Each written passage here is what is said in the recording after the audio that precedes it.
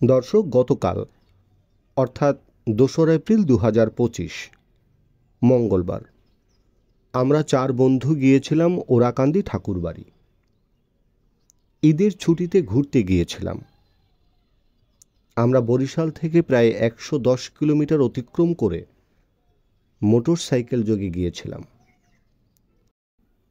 গিয়ে যা দেখলাম সেটা মোটেই সুখকর ছিল না। ঠাকুরবাড়ি প্রথমে ঢুকেই তীব্র গন্ধে প্রচণ্ড অস্বস্তি বোধ করেছিলাম। শুধু আমরা নয়, ওখানে অন্যান্য যারা গিয়েছিল সবাই অস্বস্তি বোধ করেছিল। প্রথমে ভেবেছিলাম একদিন আগেই বড় রকমের একটি অনুষ্ঠান হয়েছে, হয়তো সে কারণে এরকম গন্ধ আসছে। কিন্তু না, বাস্তবে ওই তীব্র গন্ধ আসতেছিল ওখানের পুণ্য স্নানের সেই পুকুরের পচা জলের, যার মধ্যে হাজারো রকমের আবর্জনা থেকে শুরু করে কীটপতঙ্গগুলো স্পষ্ট খালি চোখেই দেখা যায়।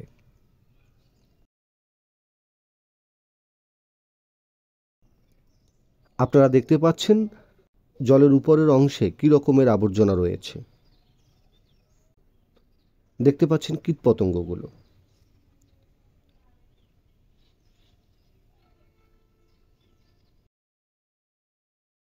আপনারা যারা ঢাকার বুড়িগঙ্গার কথা শুনেছেন কিংবা ওখানের জল দেখেছেন, ঢাকার বুড়িগঙ্গা নদীর জলের মতোই এখানের জলও পচে গিয়ে রং পরিবর্তন করে কালো রং ধারণ করেছে।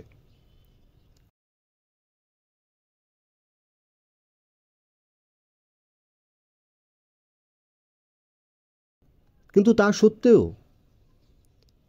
এখানের যারা পরিচালক মণ্ডলীরা রয়েছেন, আমরা এই পুকুরের চারপাশের কোথাও দেখলাম না যে এই জলে আপাতত কয়েকদিনের জন্য স্নান কিংবা এই জল পান করা কিংবা অন্য কাজে এই জল ব্যবহার করা বন্ধ থাকুক, এরকম কোনো নোটিশ আমাদের চোখে পড়েনি। মানুষ এখনও ওই জলে স্নান করছে এবং বোতল ভরে নিয়েও যাচ্ছে। কেউ কেউ হাতে জল নিয়ে পান করছে। আবার এমনও ২-১ ভক্তকে আমরা দেখেছিলাম যারা স্নান করার সময় মুখ ভর্তি জল নিয়ে তারা গিলে খায়। মনে পড়ে গেল সত্যজিৎ রায়ের সেই বিখ্যাত ছবি গণশত্রুর কথা। এ ব্যাপারে মন্দিরের সভাপতি মহোদয়ের সঙ্গে আমরা কথা বলেছি। তিনি বলেছেন ২-১ দিনের মধ্যেই পুকুরে চুন দেয়া হবে এবং ২০ দিন সময় লাগবে এই জল আবার স্বাভাবিক অবস্থায় ফিরে আসতে। বাস্তবিক অর্থে এই ব্যাপারটা যারা জল নিয়ে গবেষণা করেন তারা বলতে পারবেন যে এই জলটা পরিবর্তন করাটা ভালো হবে নাকি চুন কিংবা অন্যান্য মেডিসিন দিয়ে এই জলটাকে পূর্বের অবস্থায় নিলেই সেটা ভালো হবে। ওখানে আবার ২-১ এমনও ব্যক্তি রয়েছেন যাদেরকে মনে হলো ওখানের স্থানীয়, তারা ওই জলের পক্ষেই সাফাই গায়। তারা বলেন এই জলের মধ্যে তুলসী পাতা, ফুল, বেলপাতা থেকে শুরু করে পূজার সমস্ত উপকরণ রয়েছে। সুতরাং এই জলে ভক্তি ভরে যদি কেউ স্নান করে কিংবা ডুব দেয় কিংবা এই জল পান করে, তার কোনো রকম অসুবিধা হবে না এবং হয় না। তারা কিছুটা জোর গলায় এই কথাগুলো আমাদেরকে বলতে চেয়েছেন।